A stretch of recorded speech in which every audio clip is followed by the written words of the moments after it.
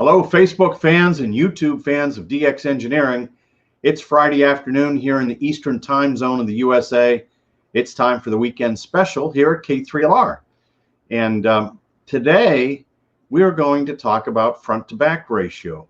It is a part of these directional antenna systems that's very important. It's what helps us reduce noise and unwanted signals. And it is not always easy to understand how front to back ratio works. And it is the ratio in dB of the front of the antenna versus the back of the antenna. And you may recall several weeks ago, one of the first new Yagis we put up here for the summer projects was a 6-meter Yagi. 10 elements on a 48-foot boom. And the 10-element Yagi had a pattern that looked like this. Very well controlled in the rear. And so, in fact, if you look at the front to back ratio, which is down here, this is from the model. This is from the model that Greg W8WWV did. And if you look at that, this is the front to back ratio, and the peak front to back ratio is over 40 dB at 50.340, but it holds in very well, only going down to about 32 dB down at the bottom of the band. So very good front to back ratio. That's the difference between signals arriving on the back versus the front. And then the forward gain is up here, and that's flat across the entire band. So it's very, very good. And the VSWR performance, which is also important, dips right down there at 50.35 as well, and stays very low going to the bottom of the band. So I noticed when we put this Yagi up, and let's go with photo number 1. When we put the Yagi up, I looked at the VSWR performance from the ground, and I noticed that it wasn't quite the same as what the model was. Here's the installation of the 10-element Yagi for 6 meters being put at the top of a 3-inch chromoly DX Engineering mast, and there's steps on that mast, and you can see, let's see, there's about 6 of the elements of the 10 elements. So this is the antenna, and we can go ahead and take that off. It is an OWA antenna, optimized wideband array, and that's what makes that SWR very low across the band. And so let's say hi to IU3BTY, Val from Italy. And from Dayton, Ohio, it's W8ASA, and our friend Dino, KL0S, and W2GT from New York. And hi, Mike Mowry, KE3JP. We talked to Mike on the phone earlier today. And Aaron, N0AO, and our friend Jim, W5JCS from Oklahoma, and Michael, W3MLJ from Pittsburgh. Nice to have you on. And Hamad, 9K2 Oscar Whiskey. Nice to have you here. And Andy, 2 Echo 0 Radio Echo Echo from England. And also KC8 SUL, Rick Smith. And KP4 Whiskey Radio from Orlando, Florida. So let's take a look at the front to back performance of this 6-meter Yagi. And so one of the things to do is from the model, it says that the front to back ratio should be about 35 dB at 50.100. So what I've done is I've set up another IC7851 over here, and so you can remember it. It's the Camel 7851. That's the transmitter, and that's transmitting into the 20-meter Yagi, one 20-meter Yagi that is 400 feet away, and they're basically in a north-south line. So this 20-meter Yagi has a very high SWR on 6 meters, but it doesn't change across the band. So it's very useful for this test. And John, VE3EJ, was the one that showed me how to do this test many years ago. So the transmitter is the Camel, and it's on 50.100, and the power is turned all the way down to almost nothing. And then over here, where the buffalo roam, is where the receiver is. And so you notice if I turn the transmitter on here, there's the red TX light is on, that we have an S meter reading here, and it's 40/9.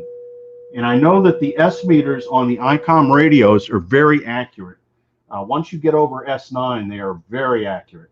And so that's 41 dB, and the 15 meter Yagi is pointed right at that 20 meter Yagi at 180 degrees.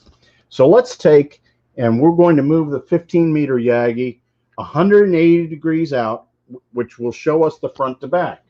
And so we can watch the S meter here as the antenna is turning, and we are going to see the pattern of the antenna. And it's turning at basically 1 mile an hour. And so it takes 60 seconds to go 300. There's the side, very deep null off the side.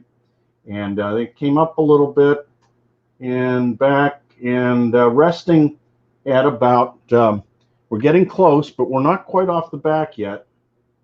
We're looking for 30 dB here. But all we're going to get is about, we're at our target now. We're getting about 20 dB. Let's see if this will focus in. Yeah, we're getting about 20 dB. We went from plus 41 to plus 20.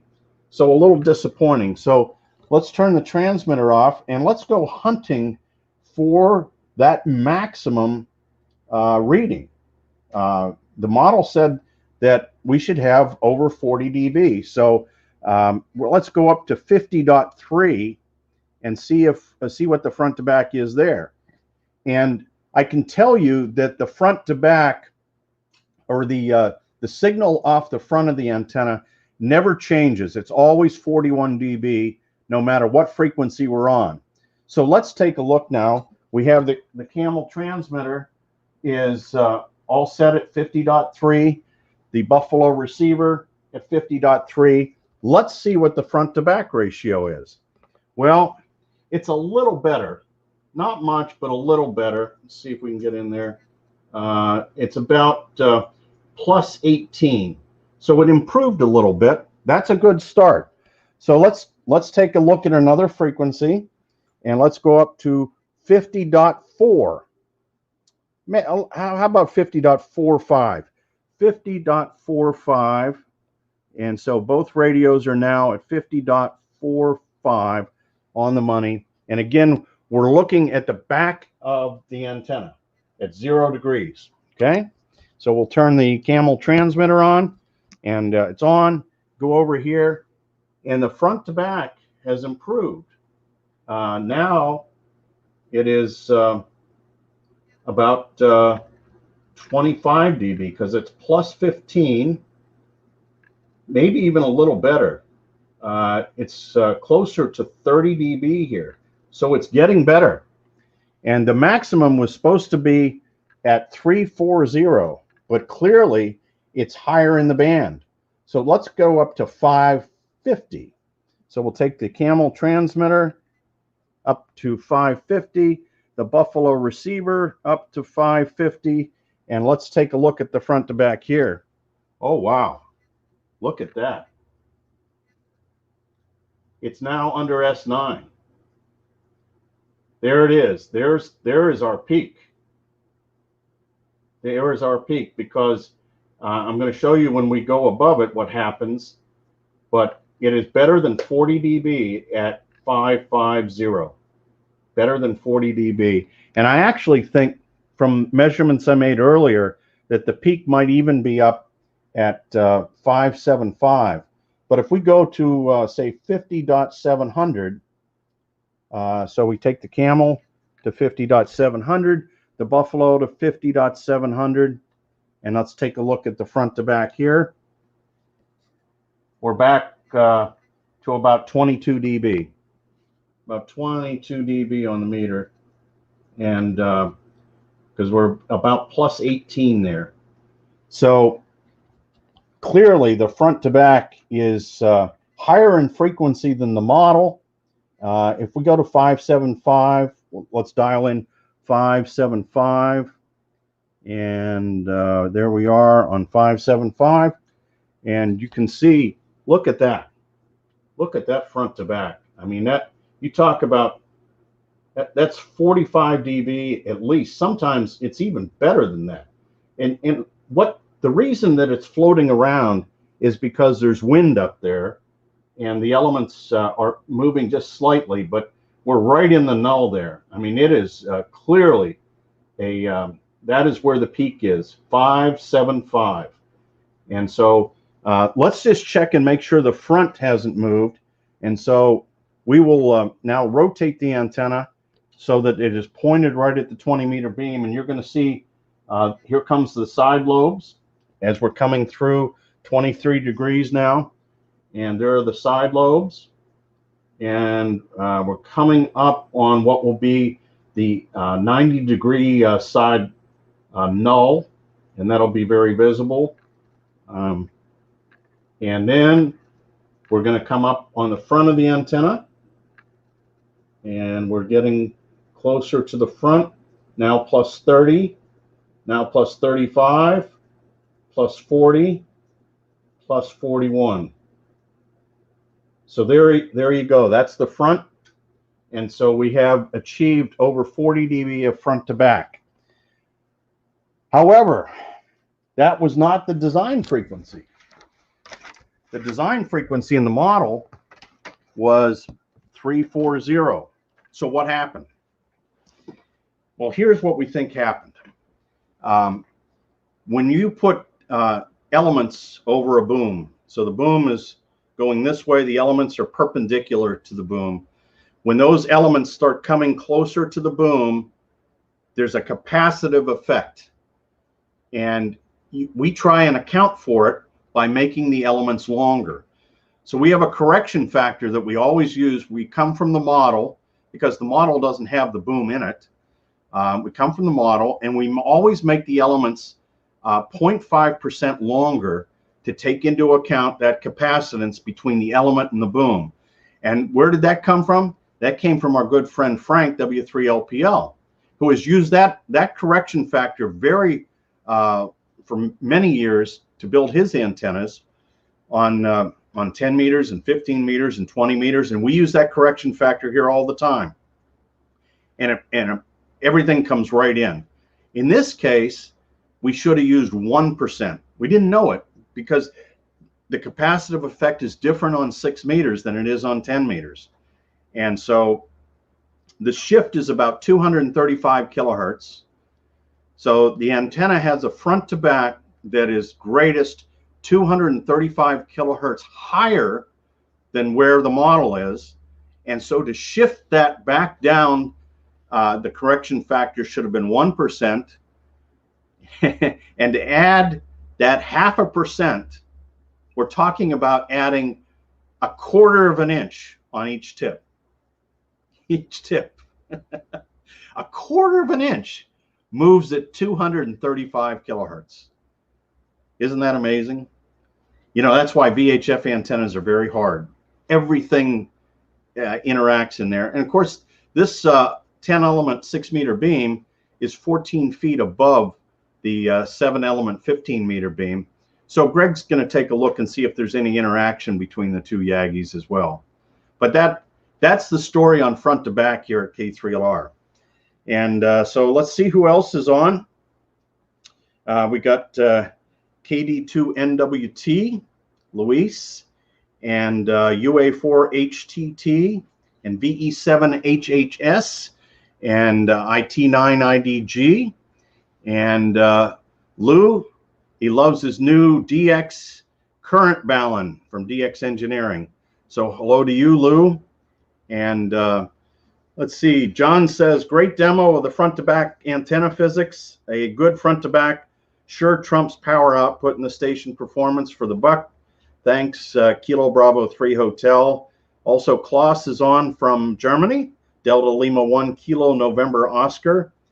And let's see, Arnie says, when are you done with the Buffalo transceiver? I can take care of it. Okay, very good. Hello, Jay, W3SCA, and Papa Yankee 4 Mike Alpha Bravo is on. And N0 Victor Fox Juliet is on. Kilo 6 Radio Oscar. And the Workdoll Europe SSB, Robbie, will try to work you. And Tim, K5TGS in Texas. And Whiskey X-Ray 8 Charlie. Hi, Harry. And Steve says, just put up a 64-to-1 NFED for 80. Works very well for the height. Congratulations, Steve. I hope to hear you on the air. And our friend Greg, NC7 Bravo, and Kilo Papa 4 Whiskey Radio from Orlando, Florida. So hello to all the viewers here today. And there's Reinhardt, Delta Hotel 3, November Alpha Bravo from Germany, who is the owner and chief bottle washer at RF Kit. So great to have you on. And Dave, N8IW, and see Michael, KB1 Charlie Kilo Fox. Appreciate you taking so much of your valuable time each week, Tim, and thanks. So I'm just thrilled that you guys got to see that.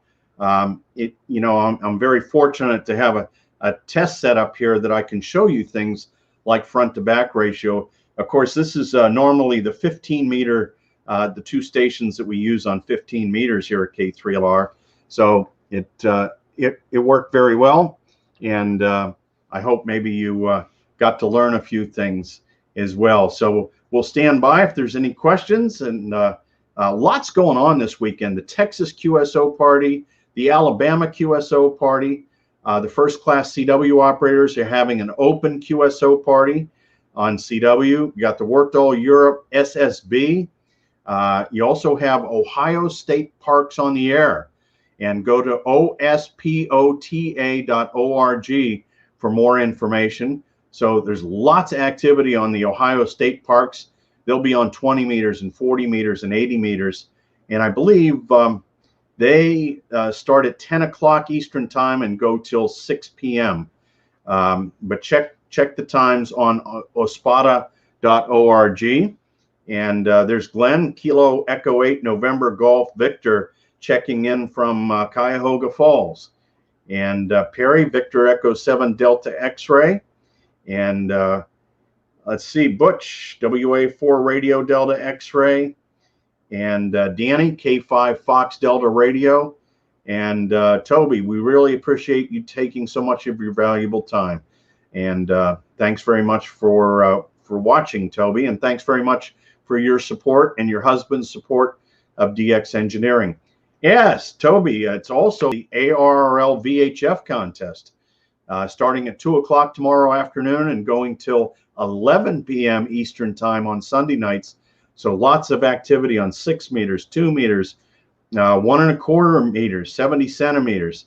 So that it is one of the big VHF weekends.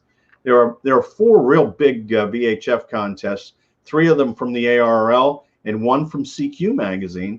And so maybe there'll be some VHF conditions, and I know it should be a lot of fun on all the modes as well.